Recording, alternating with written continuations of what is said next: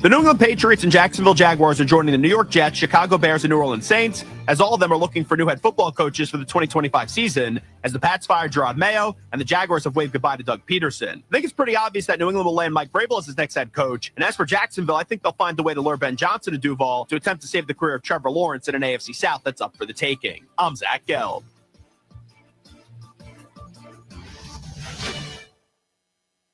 Welcome to TGL, presented by SoFi, golf's newest league, live on ESPN and ESPN Plus. It's 2 hours of hammer-dropping, overtime-forcing, playoffs on the line golf, Tiger, Rory, and more of the best from the PGA Tour, split into 6 teams. Learn more at TGLGolf.com. Tune in every week for TGL matches. Keep up, it's golf. O'Reilly. You want me to use your headset or? Smart Care resolutions and save. I don't care. It doesn't matter to me. I don't know. Get a $12 gift card after you purchase 4 or more AC Delco Iridium spark plugs for your tuna, or protect your engine with universal antifreeze and coolant. Word, I'll just leave yours here then. Stop by your O'Reilly Auto Parts store at O'ReillyAuto.com. O'Reilly Auto Parts. It's football season, and now you can get anything you need for game day delivered with Uber Eats. Well, almost anything. You can't get a running back, but baby back ribs? Yes.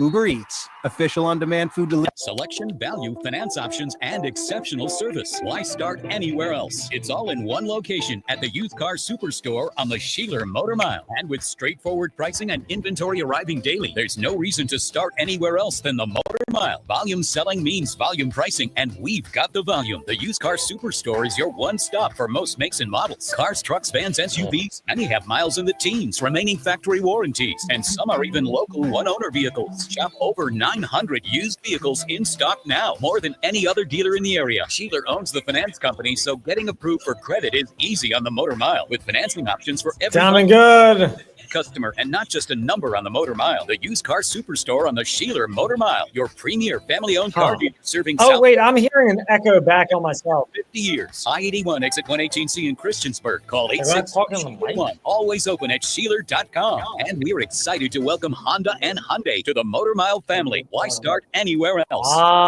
There we go. Okay. It's wise to consider the best. We're working through all this. Cheapest. Hi, I'm Randy Trost with Trost Law.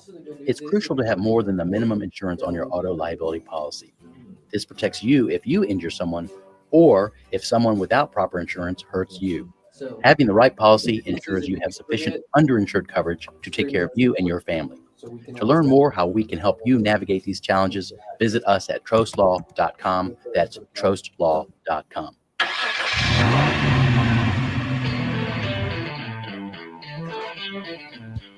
You're stepping into the fast lane on the VTRN Sports app, 93.3 FM and 1320 AM Lynchburg, or by asking Alexa or Google Home, open VTRN Sports Lynchburg.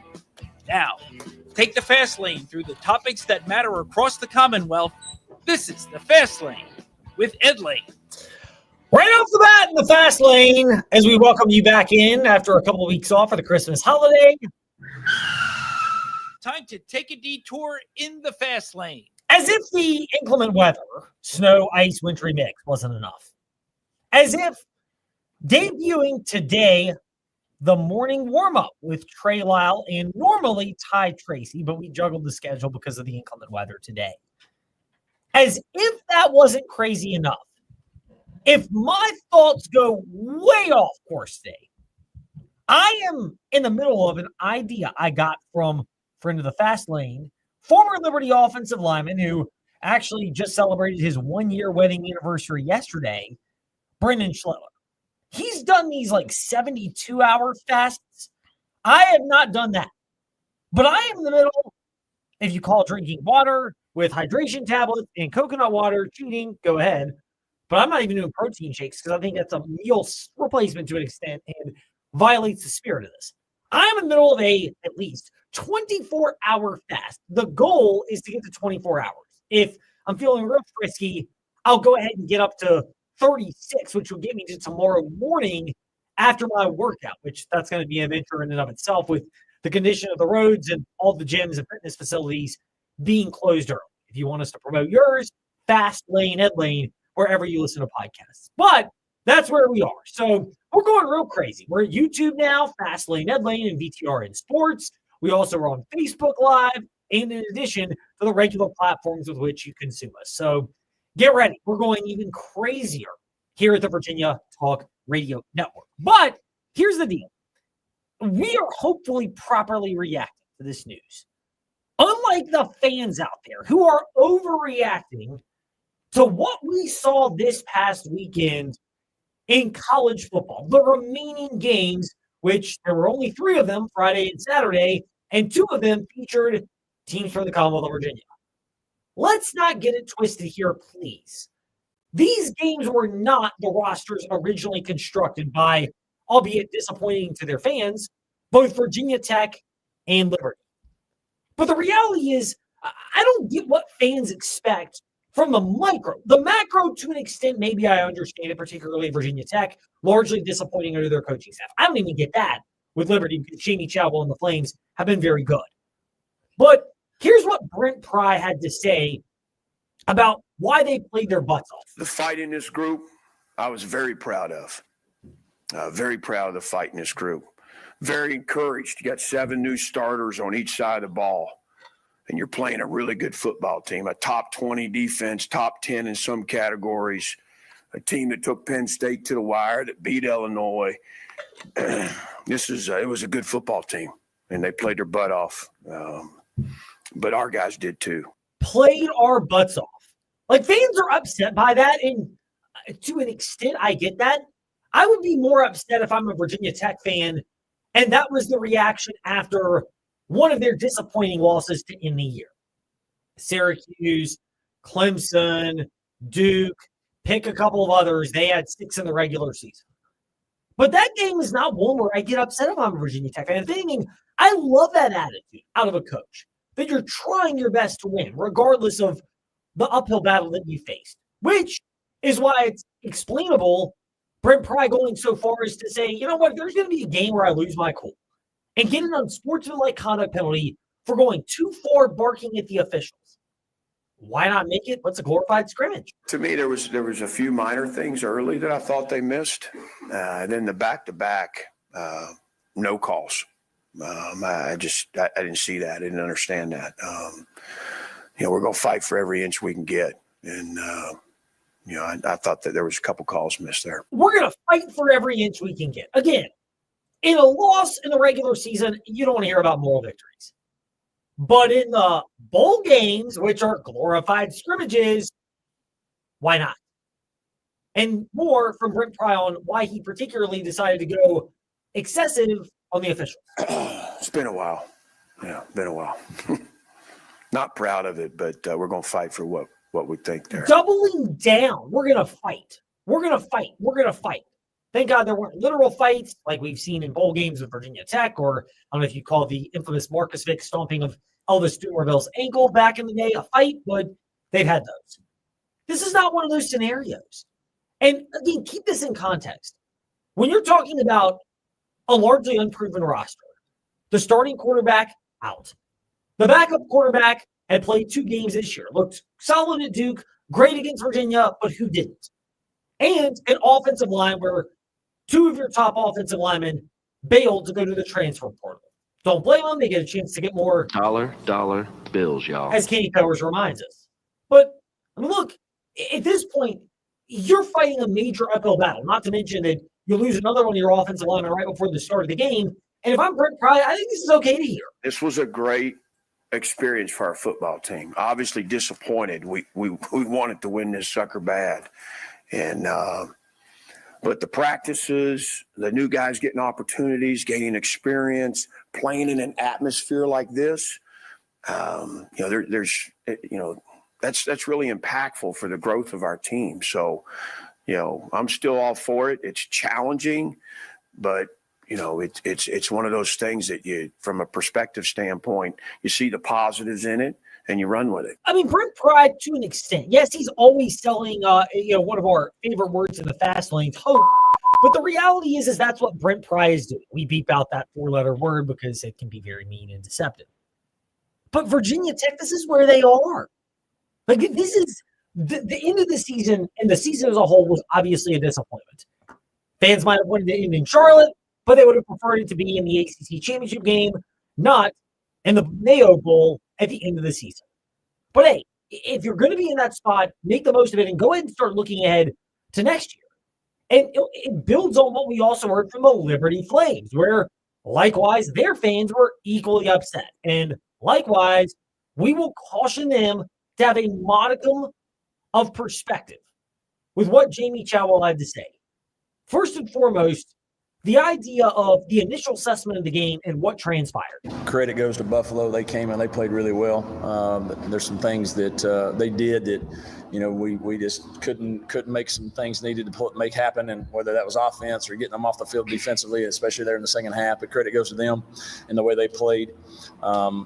The challenge with playing in the wind today was hard, and you needed to manage that. They did a better job of doing that than we did when we had the wind behind us, and I think that was a big key, especially there in the third quarter. You can't turn the ball over 3 times and win. And they didn't turn it over at all. They controlled the time of possession, and so great opportunity to learn from. And we'll learn from it and take it back and get better. Learn from it, take it back, and get better. There are fans, not very many apparently, because you could tell by the tight screenshots when they don't really show the crowd at the stadium and no aerial views. Some of that's probably a lower budget bowl game production, but there's also no aerial shots, and there's not much in terms of big, wide crowd angles. They're doing real tight on the sidelines. You couldn't even see the track around whatever the stadium is down in the Bahamas, which, by the way, I didn't go to that one. There may be a time to go, and I still would go, not for the game itself, but just for the excuse to go down. But we have 2 exchange students. That makes it challenging. My kids are 6. My mom's got to get knee and hip surgery coming up. One of them is in the next couple of weeks. So please, thoughts and prayers to her if you're the praying type, and we are. But, she's got that. So it's hard to say, hey, mom and dad, would you watch the kids? We have sitters who they can hire and bring in as well. But, it was a more challenging deal this time than last year. And ultimately, my wife and I are like, we're not going to be able to swing it this year. We go, by the way, in the future. But it also does not help that the Bahamas Bowl did not have great media hotel rates like they had in prior years. And so I don't know if it has to be the big resorts for everybody, although for the media it would be lovely. But even if they have special rates for fans, it might entice them to come down. Otherwise, look, it's a reward for players and teams. That's really all that it is. And that's why I don't get upset when I hear Jamie Chadwell treating this kind of like a bowl game. And here's the thing. Jamie Chadwell even knew going in that this was going to be an uphill battle where effort needed to be gauged more than anything. I thought our guys' effort was good. I thought we played hard. But you got to, and when you may be limited in certain things, you got to play really well and do some and take care of the ball and make whether it's an easy throw or whatever, you got to make those. And we just weren't able to do them. Take advantage of those opportunities. Again, what he's saying, what Jamie Chadwell is basically saying, he's touching on elementary things. And I know there's some discerning football fans. I'd like to think we're some here in the fast lane. Trey and I have good opinions. Ty has great opinions, and he played high school for Heritage, college for Virginia Union. That we'd like to think we have some knowledgeable thoughts on this. But put this in context again. Like, where are you? You're talking elementary to the players if you're Liberty's coach. And you're really using this game as kind of the first gauge of what will be in a couple of weeks, the start of spring practice leading into the spring game. Because remember, Liberty doesn't wait like a lot of programs do. They do their practices, and have an early spring game in early March. Historically, that's been the Chadwell mantra. And then they'll have another round of practices with more intense conditioning and physical building over the back half of the month. Like, I actually think it's smart and it gains the system. But if you're going to do that in your Liberty, you're reviewing things in a much different capacity, which is why don't get upset that they knew they weren't going to light the world on fire. We knew we weren't going to come in here and light the world up. I mean, we just, we lost one of our receivers, got hurt during pregame.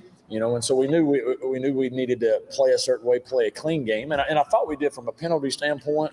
I think we had one delay a game. Besides that, I think we played clean on both sides of the ball, but we needed some big plays to happen. And anytime we got an opportunity, we just couldn't do it to answer. They couldn't answer. They made mistakes. Things popped up, and Liberty couldn't take it in. And again, maybe we're so close to the sun as far as covering the Flames, but look, we've been critical at times of the way this team underachieved relative to their expectations this past year, much like Virginia Tech. Like, we can call a spade a spade. They were projected 10-win team. 10.5 was the mark from the sports books out there. Liberty fell short of that.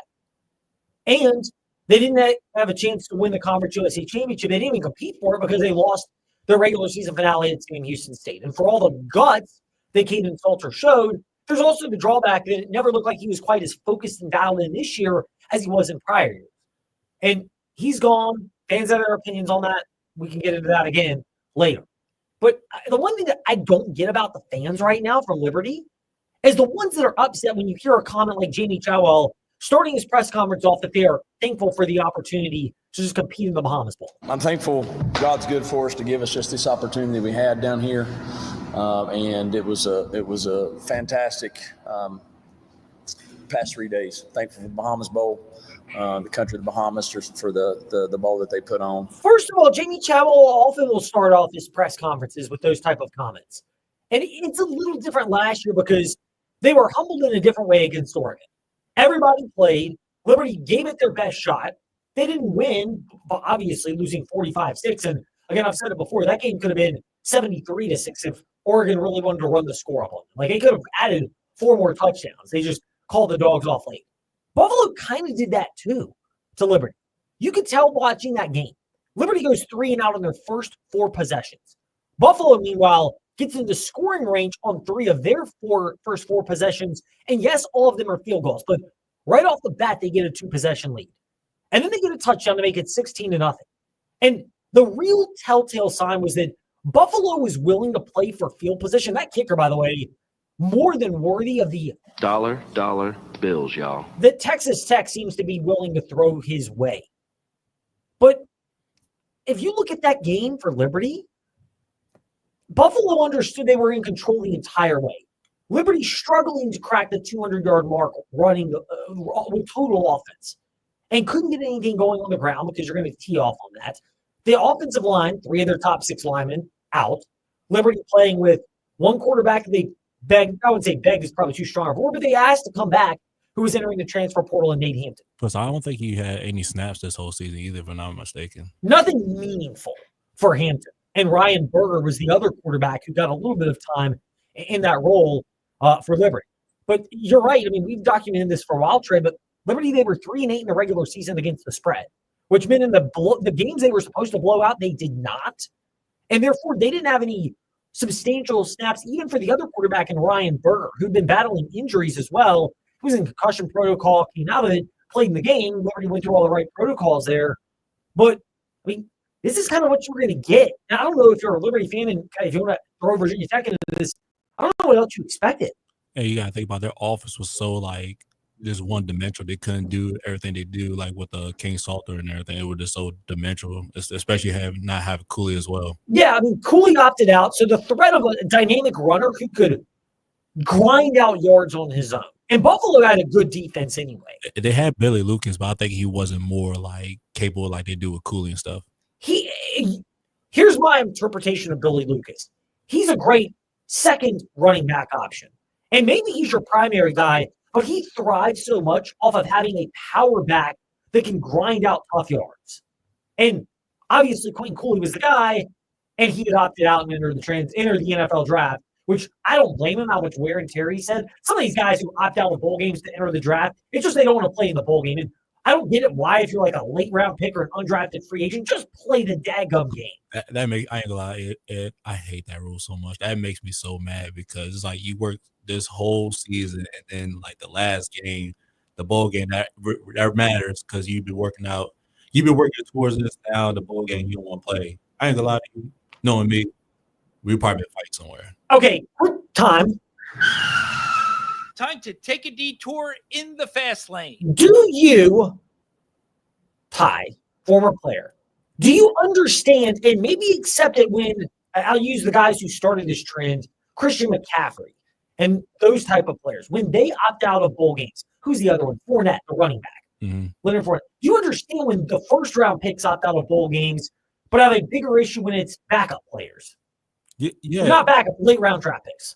Yeah, it is like it mess up your whole like game plan for coaches, especially like offensive coordinators, defensive coordinators, and head coaches. Mess up your whole game plan. Even with Christian McCaffrey was the first person to do it, I was so mad because I knew once he did, I knew it was going to go straight downhill because a lot of players like, well, I'm valuable. I'm going to put my name in the draft, so I'm not going to risk my playing career and my mock draft and stuff. Especially how you perform this whole season. Like, you didn't have a good season. You had the nerve to sit out. Like, no, you didn't have a good season for your mock draft to go up like that. Ty Tracy 90, Fast Lane, Ed Lane on the socials, and Trey, yes, from the morning warm-up, 7 to 8 a.m. VTR and Sports app, and however you consume the show. He mentioned Jaden Daniels as well. And Daniels is in the same boat as McCaffrey, Fournette, and some of these others who've opted out. They have lots of power, as Melissa McCarthy would remind us. But Jaden Daniels had a good year, though. Well, they have good years. They have lots of power. Lots of power. And they have a lot more Dollar bills, y'all. that they risk losing. If I'm a guy that's a late round draft pick or an undrafted guy, and so many of these guys opting out fit that description, that's the one where I just sit there and maybe I'm off base, Ty, but those are the guys I sit there and scratch my head at them opting out because I'm just sitting there going, really, you're going to opt out when, if anything, you might benefit from putting one extra good game on film as opposed to depriving you of that opportunity. Definitely. I mean, like, even Kirby Smart mentioned it. Was it last year when they played against FSU? He was like, he don't like how this going, especially with college football. And then you got to think about it. College football is letting players do stuff like that. Absolutely. That's what they're doing. It's what, and again, they're not contracted employees. At some point, hopefully we get to that point. But this is where you are, and this is just the understanding of it. And the frustration that people have with players opting out makes sense, but the overall landscape is an entirely different deal.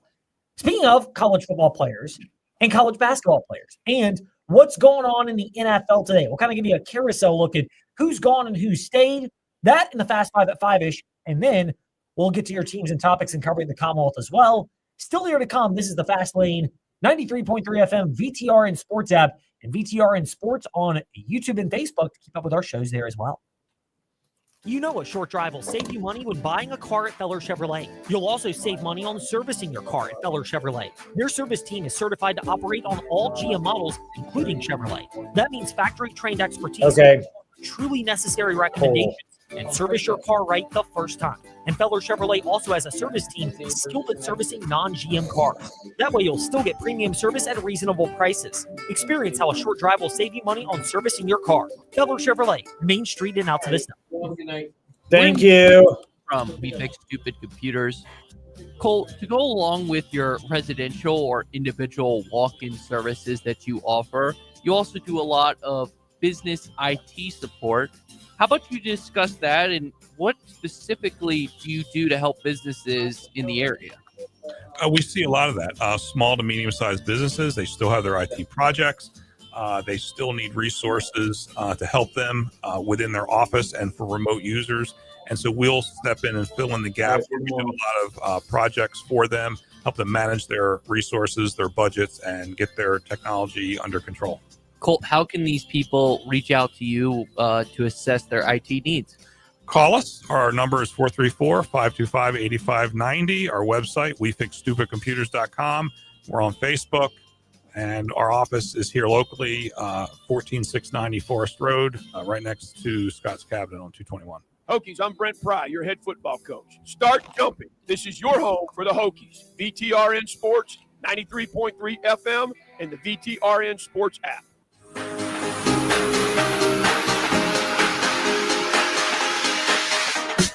Step into the Fast Lane 24/7 at Trey Lyle VT and Fast Lane Ed Lane on Facebook, Twitter, Instagram, YouTube, and wherever you listen to podcasts. Now, back to the Fast Lane. How appropriate that Brent Pry had that little rejoin but come back into the Fast Lane because, not football, but we will talk Hokies right now to kick off the Fast Five at 5-ish. It's time for Fast Five at 5-ish. 5-ish minutes on 5 relevant topics done around 5 p.m.-ish. Ish, because our counting skills are kind of ish. Let's start with number 5. So Virginia Tech lost Samaya Snuffrin, one of their top guards, the sophomore shoulder injury, and the big blowout loss Thursday against Florida State. To Virginia Tech's credit, Karis Baker helped pick up the slack. Big fourth quarter for Virginia Tech women's basketball, 23 points, clutch fourth quarter, and they grabbed their first ACC win of the year at Miami this past Sunday, which completed the weekend sweep for Virginia Tech because the men with Elijah Poteet getting the 3-point play late to give Virginia Tech a 1-point win against the Canes in Castle on Saturday. And again, you heard, as you do Virginia Tech men's basketball, all games on the VTR and Sports app. But for Virginia Tech women, it was nice to get off the schneid. I kind of view them as a middle-ish team in the ACC women's basketball landscape. But for Virginia Tech men, they're at the bottom of the barrel, and you need to find wins wherever you can grab them. Now, the problem for the ACC is there are a lot of teams that are also bottom of the barrel. So Virginia Tech may be able to grab some here and there. I was actually pleasantly surprised at the overall offensive production for the Hokies against the Hurricanes. I know that's not a great defense for Miami, but for Virginia Tech and Elijah Poteet, it was a tight game, and it's one of those where you have to beat bad teams at home, even if it's not easy if you're in that particular spot. Virginia, they got destroyed by Louisville this past Saturday in a game where 70-50, and it never really felt that close. One of the things we're seeing right now with Virginia basketball, and we'll get to this with Jerry Ratcliffe a little bit later, is what you knew about Tony Bennett's squads generally, which is limited offensive skill sets. But the biggest concern I've had for a while is, where do the adjustments come from when things go wrong? And is it a roster construction issue that Tony Bennett could have squeezed more out of, because we saw him do that for the last couple of years, or that Ron Sanchez is missing opportunities? I think it's a little bit of both. But for Virginia, the Louisville loss also shows that, look, that's a team that for once with Pat Kelsey actually meant business at UVA. And I know the Kenny Payne era was kind of a laughing era for how bad Louisville was in basketball, but they look like they've got a coach that I don't think anybody's on Duke's level. Devils may only lose 1-2 games in the ACC. It's that bad, and they are that good. But it's an opportunity for Louisville to step up and say, look, we're better than Virginia. You have got to take advantage of those opportunities. Now on to number 3. Not the Liberty Flames performance over the weekend, where they won against Middle Tennessee Saturday after that devastating loss, blowing the double-digit lead on Thursday to Western Kentucky. Other news with the Liberty Flames. One, a former Flame, guard Kyle Rode, or former Kyle Rode, signed with the Austin Spurs and has gotten some significant time for the G League affiliate of the San Antonio Spurs. Look, this is the guy at best who in the NBA would be a bench-type player, but he has the right disposition to bring effort and intensity. Realistically, he's probably the type of guy that's going to bounce back and forth. Kyle Rode is between the NBA and the G League at best, given his limited athletic skill set. But he is the type of guy that you want culturally with what he can bring. Now, ironically, Liberty, I'm not talking about all the intangibles, but from a raw athleticism, they didn't upgrade with Isaiah Enan from Minnesota, the transfer who came in. But the 4-star is out for the year because of an injury. And here's the thing about Liberty fans who are disappointed, that Enan is out for the year for the Flames. First of all, I hate it for the guy because he's had a litany of injuries. But that's why, as a former 4-star, he came to Liberty and was available to them to begin with. Because if other programs wanted him in the NIL era, they would have gone after Enan with better opportunities. Yes, Liberty's got a great culture, but that's also a reality.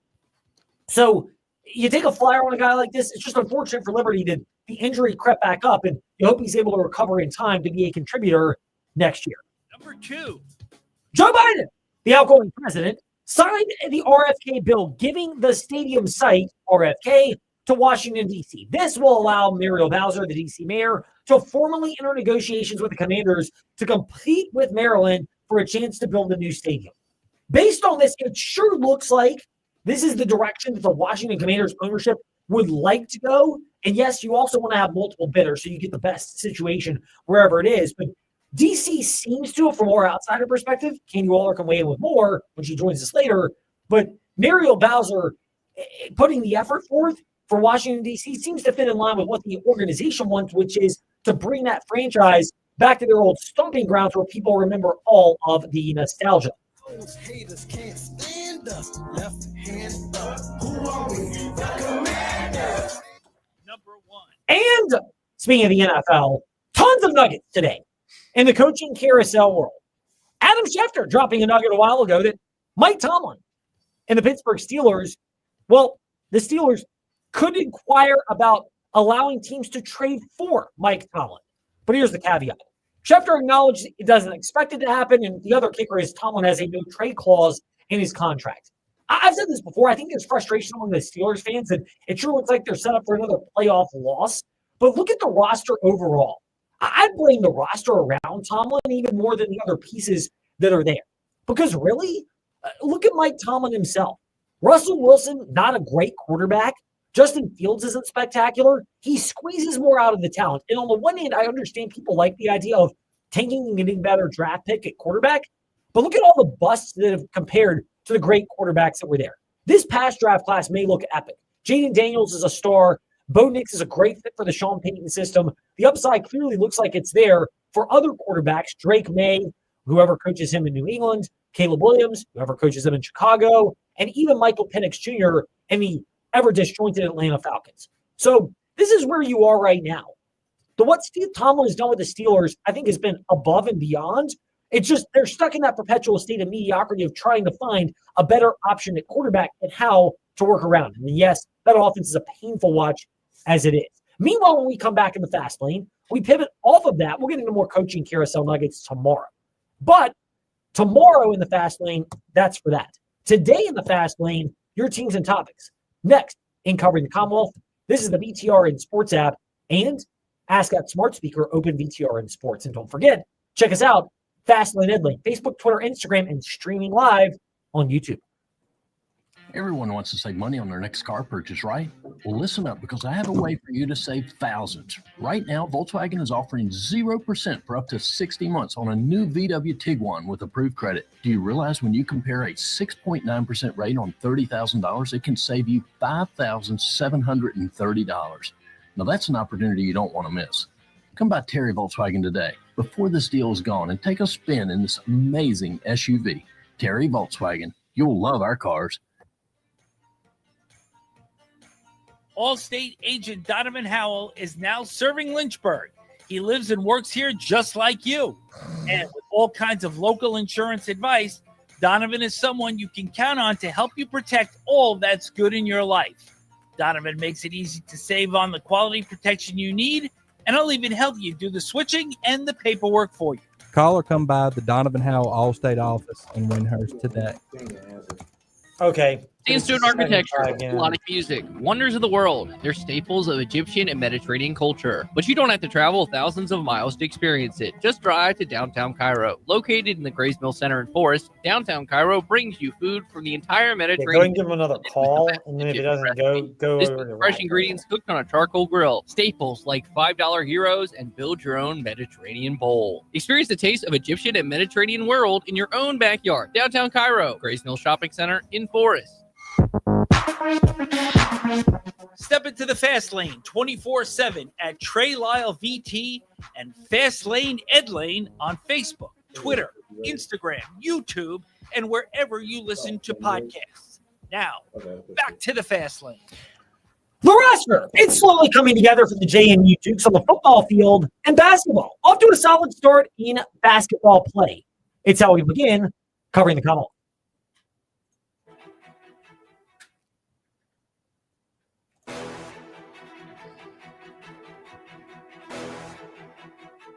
It's time for your teams and topics. Covering the Commonwealth, a look at teams and topics from around the Commonwealth. Let's start with the JMU Dukes. The JMU Dukes with Shane Metlin of the Harrisonburg Daily News Record. Shane joining us in the fast lane. Shane, going to be speaking with you. By the way, we need that music back on, Ty, if you don't mind. There we go. Shane, Jamie, they've added a number of transfers since we last spoke. The most recent one, Jalen Sanchez, who comes from Villanova and a highly productive wide receiver. Is this one of the takeaways that you're looking at for JMU, which is blending the productivity with upside? Yeah, I think so. And I think, also paying attention to what positions they're really hitting on. And wide receiver continues to be one of them. I think, Jalen Sanchez has put up some pretty decent numbers at Villanova. And, if you look back JMU's recent history, they've had a lot of success with those FCS wide receivers who, if they show they can catch the ball, then JMU's kind of shown they can figure out how to use them. So, I think this one looks like a pretty solid pickup. I mean, his numbers are good. They're not great. We're not talking about 1,000-yard receiver, but he looks like a guy who could be productive. Meanwhile, the other side to that, we mentioned productivity, but Aiden Goberia, who's the 4-star defensive end who was at Notre Dame but had a lot of medical issues to the point where he medically retired. How do you view that? Is this worth the swing for a guy of that caliber when they don't usually become available? Yeah, I mean, it's interesting right now because a year ago, 2 years ago, I would have said yes, absolutely worth the swing because you could carry almost as many guys on the roster as you want, and if one guy doesn't work out, fine, no big deal. 85 scholarships is a lot anyway. With the roster limits changing, I think that does kind of change the equation a little bit. But then, you look at it from JMU's point of view, maybe they're getting a chance to get a guy who's got that kind of talent that, other teams, maybe the other Power 5 conference teams, Power 4 conference teams are looking at we just don't have spot on our roster to take a chance on a guy. We don't know if he's going to play. So maybe it's a gamble JMU can take because if he's as good as he was projected to be coming out of high school, if he can play, you got a really good player there. But we'll see. I guess how the gamble pays off for JMU. I'm sure they know. I'm sure they've really dug into what his medical status is and everything. So be very interested to see what's happening with him when he gets on campus. Shane Metlin, Shane_DNR Sports, stepping into the fast lane. Shane, we'll have more of a chance to look at football signings recently, but pivoting over to basketball, down 13, the Dukes clawed their way back and ended up taking a 7-point lead with 3:31 left. They held on for a 5-point victory with good free throw shooting down the stretch. What does that say about how the Dukes have shown some resiliency early on in Sunbelt action? Yeah, I mean, we're waiting to see if this is, the start of playing more consistently because they've played well at times this year and just never really strung out together for a few games, but they win back-to-back conference games at home. It's going to be a lot tougher going on the road, but, that Arkansas State may be the best team they've played so far this year. We'll see about that, but that's a top 100 net Ken Palm type of team. And, they were missing Kobe Julian, who's a good player, but it's still a team that went to Memphis and won at Memphis. And they came from way behind, I think 26 to beat UAB on the road. So they've been a good team on the road this year. So, we'll see, but I mean, it did seem like, maybe one of those turning point type of games for a team that's, it gets old talking about if they're going to gel or when they're going to gel with 11 new guys. But, it does seem like it could be one of those turning points where okay, they did kind of start to figure some things out about how they're going to play together and what everybody's role is going to be. Shane Metlin with us here in the Fast Lane. Shane, good to be speaking with you. We appreciate it. We're glad to have you back in the Fast Lane and look forward to keeping up with your work at DNRonline.com and it's Shane_DNR Sports. All right. Thanks for having me. Shane Metlin with us here in the Fast Lane. Now to UVA. With JerryRatcliffe.com founder and contributor Jerry Hootie Ratcliffe. Hootie, hope you had a Merry Christmas and a wonderful holiday season. Meanwhile, Virginia Cavalier men's basketball. Just when they had some momentum brewing from that victory at NC State the other day, or at home against NC State, they get routed at home by Louisville. How much of this for Virginia is just an understanding that they have a chance to scheme their way to victories against the middle to bottom part of the ACC, but it looks like Louisville's in the top half, and it looks like maybe a combination of coaching and players prevent Virginia from being a factor at all in those type of matchups. Yeah, Ed, I mean, it exposed a lot of things after they had played well against Memphis and then beaten NC State. People kind of thought that maybe this team was making steady improvement, but that was definitely a giant step backward, I thought. Getting pounded by 20 points at home to a team that's really made up of 8 new transfers. So a team that had never won in Charlottesville and hadn't beaten Virginia but once in 19 tries since they joined the ACC. So it was definitely a step backward. And, they were several areas where they just didn't measure up to what they had been playing. They just lacked continuity. They had a difficult time shooting the 3 ball, which is a must for this team. They got killed on the boards. Turnovers weren't quite as bad, but there were still quite a few. And defensively, they just didn't get it done. Louisville almost seemed to score at will, and particularly in the second half. And it just makes you wonder, how far this team can go, and if they can't continue to improve, if they keep taking big steps backward like that. But they got a huge trip to the West Coast this week. I guess the first ACC team to play that Stanford Cal double. Well, not really a doubleheader, but it may seem like one. They'll be gone for a week out to California and play one on Wednesday and one on Saturday. They really need to at least get a split out there, or it could be bad. It could. I mean, for Virginia, the snowball effect could come quickly when you head out west and things going wrong with it. You mentioned the defense being the concern. How much is that an issue, not just because of Tony Bennett, and people will always remember that, and the fact that Ron Sanchez was handpicked by Tony Bennett to succeed him, but also the fact that seems to be the area where even if you don't have a lot of skill, you can remedy that through your intensity and effort. Yeah, well, and a lot of it depends on how well these guys can learn the pack line and play it. And, that's the problem with bringing in practically a whole new team every year. You have to question whether that system can continue to flourish under those kind of conditions. And the last 2 years has kind of shown that it may not be able to. They don't have an elite point guard, an in-your-face, get in your grill kind of guy like they're accustomed to having, and that hurts because you really don't have any lockdown defenders on this team right now like they're accustomed to having. I don't see anybody being a candidate for Defensive Player of the Year in the ACC like they usually have at least one.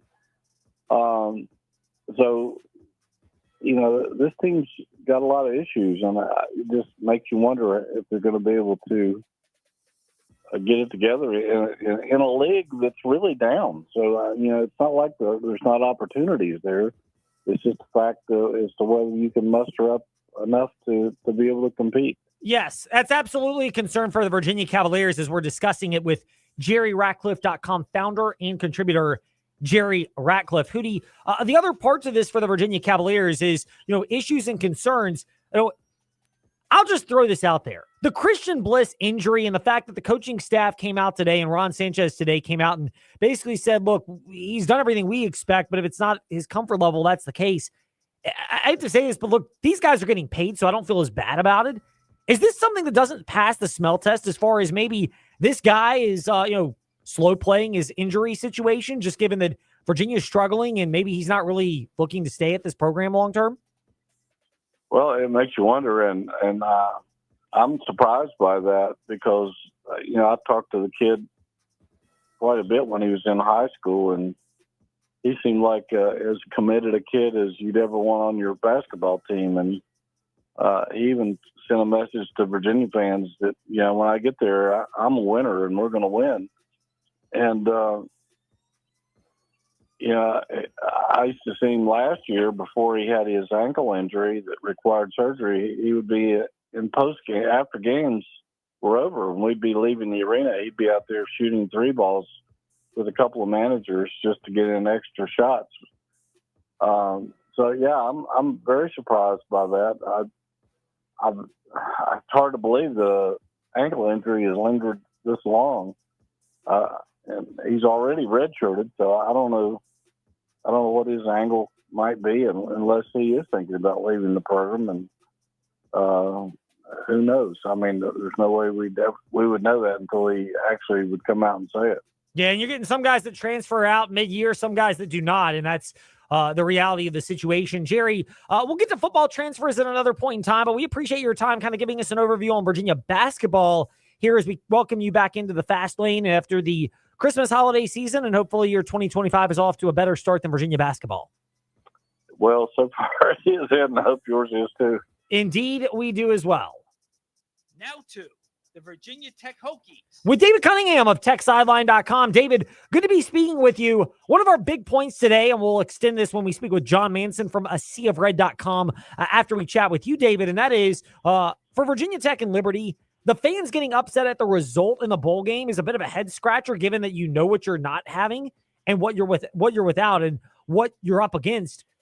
Did you find it to be discouraging what you saw in the bowl game, encouraging the fight they showed, or you just don't put much stock into this at all at this point?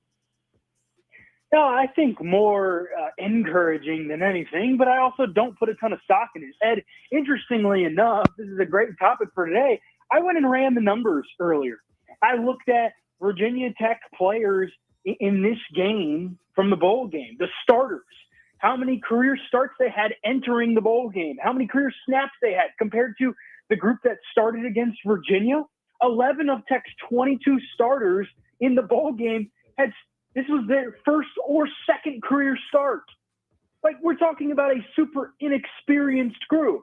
Tech had a walk-on at center starting who had 11 career snaps before last Friday, right? You look at the defense, it was a little bit different, but like this was a group that is a makeshift group. You've got a bunch of opt-outs, and all things considered, I thought Virginia Tech played okay.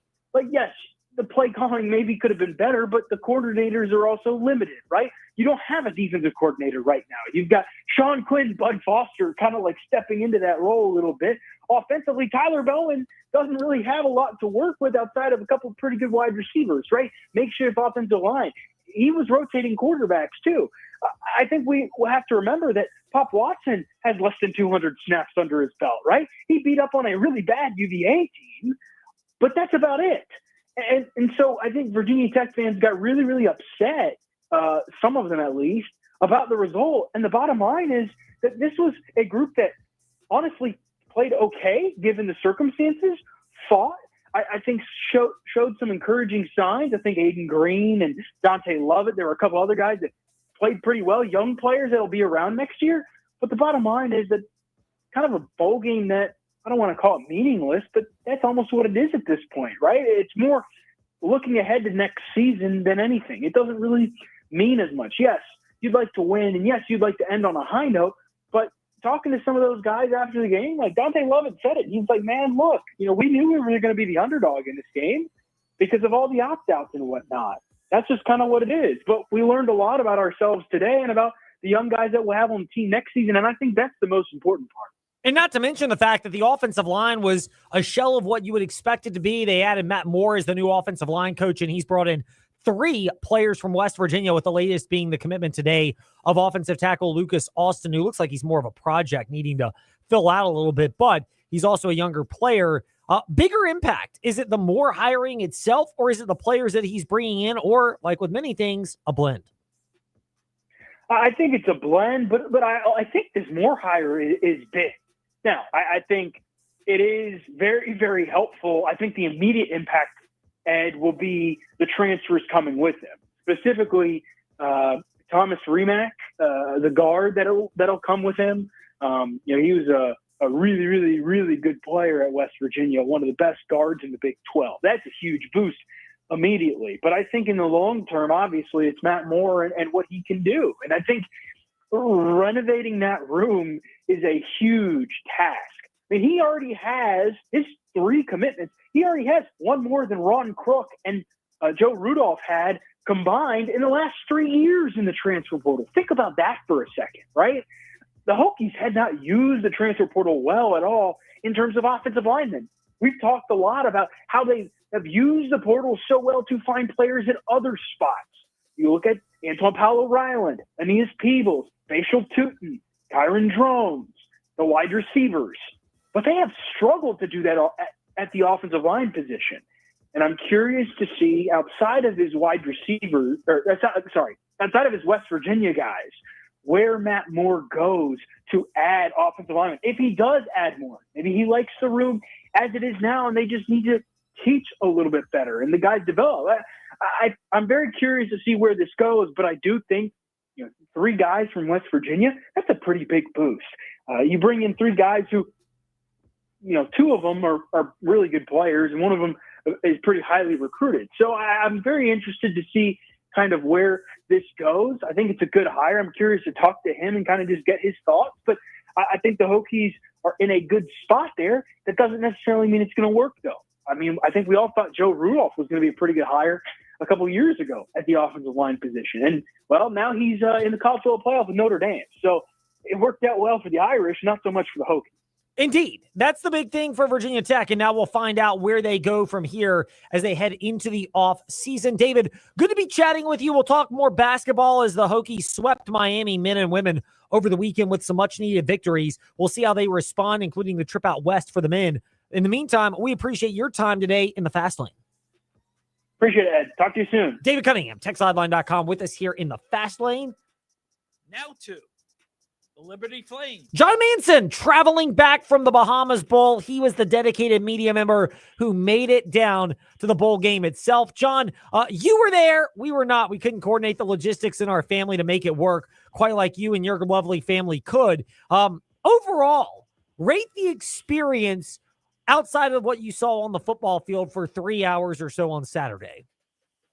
Well, it's good to join you, but yeah, if you take the football game out of it, I had a great trip.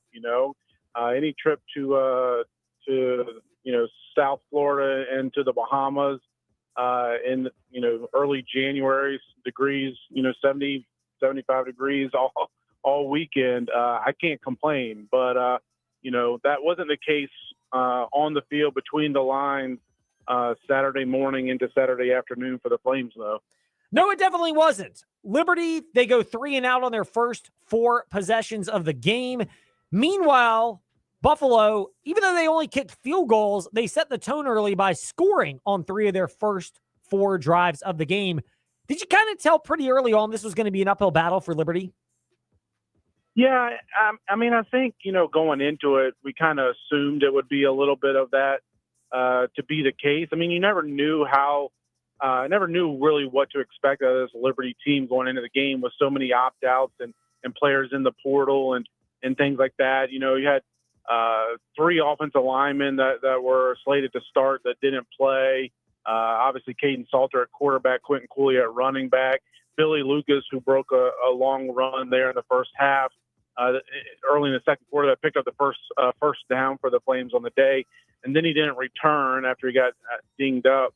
And we talked about how Ryan Berger, who did start at quarterback, was had a concussion in the Sam Houston game and missed a good chunk of practice in the prep leading up to the bowl game in December.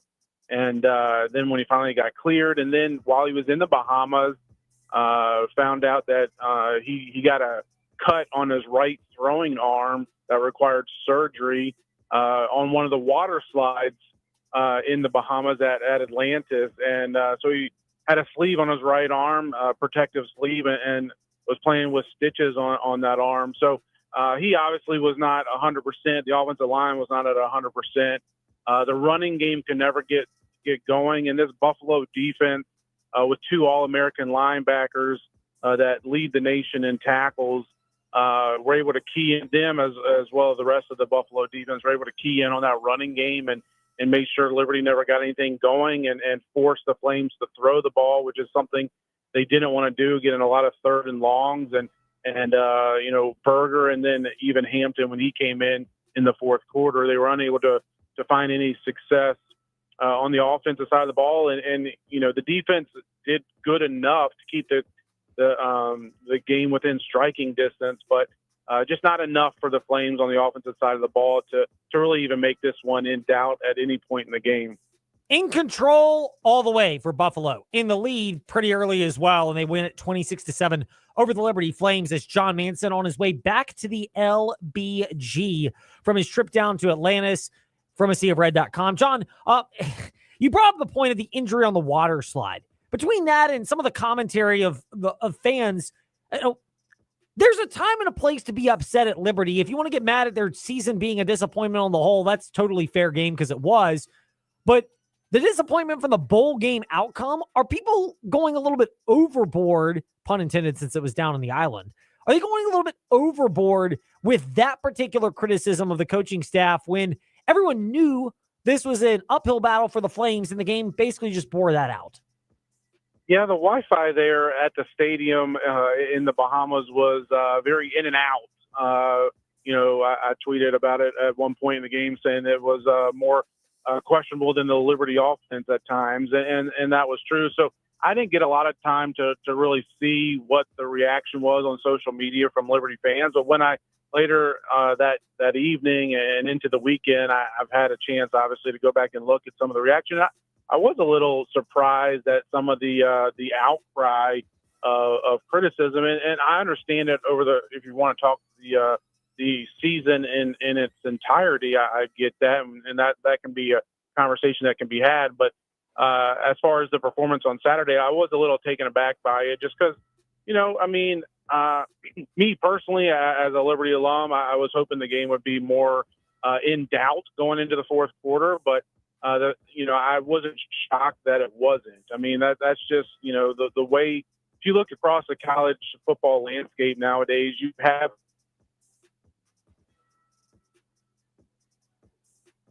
their entire roster intact. They only had 3 players in the portal, including their kicker, who has transferred and committed to Texas Tech. But despite being in the portal, he still played in the game and ended up getting MVP of the Bahamas Bowl. And obviously made several field goals, hit those 3 there in the first 4 drives to put them up 9-0. But that's just a microcosm of the Buffalo mindset going into the game. Is under first-year head coach Pete Limbo, they were pleased with their season. They had a good season. They were looking forward to the game. I mean, they traveled their band, their cheerleaders, their dance team, had a nice showing of fans there. Where Liberty on the flip side was the opposite. I mean, this was a team coming off a Fiesta Bowl appearance a year ago, and had expectations and hopes and dreams. We were talking back in August and into September and even October about potentially reaching the CFP and doing something similar to what Boise State ended up doing. And so for Liberty to end up in the Bahamas Bowl as a 4th place team out of the Conference USA, it was a tremendous letdown.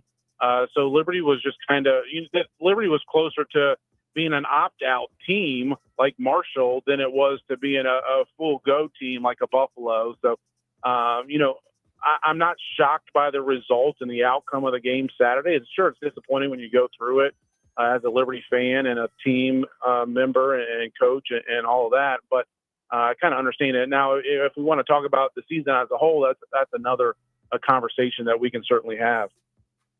John Manson, ASeaofRed.com, with us in the Fast Lane. John, great commentary on football. We will have more time to dissect the offseason and, frankly, the fact that it gets going pretty quickly for the Liberty Flames in the next couple of weeks. And, of course, the coverage will be readily available at ASeaofRed.com. Great to have you in the Fast Lane. You and the girls travel safely back up to the LBG, and we look forward to seeing you over in our favorite spot in the next couple of weeks. But if in the meantime, if we don't see you before then, we wish you safety in travels and look forward to speaking soon. Sounds good. Appreciate you as always, Ed.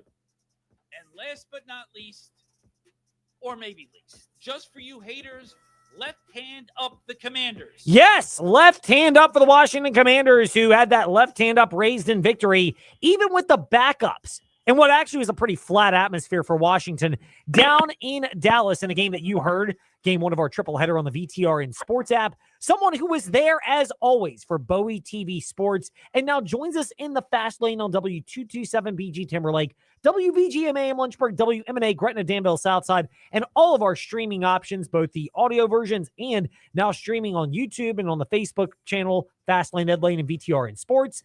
Candy Waller, Seawall, with us in the Fast Lane. Seawall, the Commanders won, but do you take a lot of satisfaction out of what actually seemed to be a pretty flat performance for the Commanders? Yeah, I mean, well, I was there while we were all sitting there watching. It's like, wow, this does not resemble what we know and believe is to be playoff football, right? The defense really, really struggled. Took a minute for the offense to get going. What we would have thought would have been an easy win for the Commanders was really quite hard and difficult for them to pull off at the last second. Yeah, I mean, that's the big thing for Washington is they looked rather flat. Is the risk of injury or some other factor a big part of the reason why, even though they were in a tight ball game where seeding was technically on the line, they didn't know what was going to happen in that Green Bay-Chicago game, they decided to go ahead and pull Jaden Daniels, the one piece that everyone can agree you can't afford to lose if you want to make a postseason run. Yeah, so what happened there was that Jaden was experiencing some mild soreness in his leg, nothing to be concerned about. And so head coach did make a decision, you know what, this is going to be a battle. You know, the Cowboys have a really good. I reminded everybody that, hey, listen, the Commanders lost fair and square to the Dallas Cowboys back in November. So this was not, you know, while I say it should have been easier considering they weren't playing, you know, a couple of their starters, their defense led by Michael Parsons was still very much present and accounted for on that football field yesterday. So with Jaden experiencing some mild soreness, playoffs coming up, while it's nothing to be concerned about, this was going to be something where they had to get the run game going. If it wasn't going to be from the running backs, it had to be from the quarterback, which we saw from Marcus Mariota. So that's kind of what went into the decision there. And so they have at least a largely healthy enough certainly to go. Jaden Daniels, when they head to Tampa Bay Sunday night, that'll be game 3 of our NFL playoff triple header on your home for all the playoff action. 93.3 FM, the VTR and Sports app, and Ask That Smart Speaker, open VTR in Sports. Initial thoughts on the matchup, which is a bookend of the regular season opener, granted in what will probably be not nearly as hot and humid conditions in Tampa. Well, you know what? The Tampa Bay Buccaneers really had their way with the Washington Commanders at the top of the season. The Washington Commanders are a different team right now, but the reality is Baker Mayfield had a great day that day, and he's definitely had a great season. I mean, hey, they won their division. They're in the playoffs for a reason, and they've been out in the playoffs for the past couple of years as well. So with a defense that we saw yesterday in the Washington Commanders that was struggling, quite frankly. I mean, and we've seen them struggle here in recent weeks for certain. This is going to be a very tall task for them to do in order to while they got pressure on Baker, they couldn't get him down on the ground in that first matchup. This is something where they got to get to Baker early and often. Like as soon as the game starts, if they want to have a chance, Baker Mayfield is going to make you pay for it every single time. We know that playoff football, it takes it up a notch. So it'll be interesting to see how this Washington Commanders defense is much more prepared in January than they were at the top of the season in week 1 for Baker, because they certainly were not prepared the first go around. Last one for Candy Waller, Madam President of Bowie TV Sports, and she's with us in the fast lane. Outgoing President Joe Biden and his staff signed the D.C. Robert F. Kennedy Memorial Stadium Campus Revitalization Act, which basically means that D.C. Mayor Muriel Bowser will have the authority and the ability to pursue redoing the RFK Stadium site, which could include building a new Washington Commanders stadium there. Yeah, the Commanders are also considering Maryland, but the fact that they even tweeted out with their own Washington Commanders Twitter handle about this today, does that indicate to you that maybe the Commanders, while it's nice to have multiple options and it gives you leverage for better terms, that it appears that they might want to actually move back into DC as opposed to other suitors? I mean, absolutely. I mean, it would be crazy for us to think that they don't want to move back to RFK and have that nostalgia of RFK and just having the professional sports teams located where they play game day in D.C. But as I've been sharing with you all along, Maryland is going to put up a fight. So, hey, they can move back to D.C., but not without being able to give the state of Maryland some of the things that they have indicated as well that they would like to have if, in fact, the team decides to go with DC going forward. There it is. The news you expect always from Candy Waller, our boots on the ground. When it comes to the Commanders, Dallas, the news today in DC. Don't know if they let you into the White House. If they did, you have to share that, of course, on social media, but certainly down in Tampa Bay for a game that our listeners will be enjoying on the VTR and Sports app, and Ask That Smart Speaker, open VTR and Sports game 3 of our NFL triple header on Sunday. Seawall, thank you for your time. We look forward to speaking. All righty. Talk to you guys again soon. Candy Waller with us here to wrap up the fast lane. That's how we do it today. A little bumps in the road here or there, including at the end on my part, trying to wrap it up. But overall, relatively smooth for the first day back from the holidays, for us going live at Fastlane Ed Lane on YouTube and Facebook, as well as VTR in Sports on the social media platforms as well. Big thanks to Ty and Trey for tying it down. They're back with the morning warm-up tomorrow, 7 to 8. We're back 5 to 6 p.m. tomorrow. VTR in Sports app, and Ask That Smart Speaker, open VTR in Sports. This game, I believe, was like 56 because the last time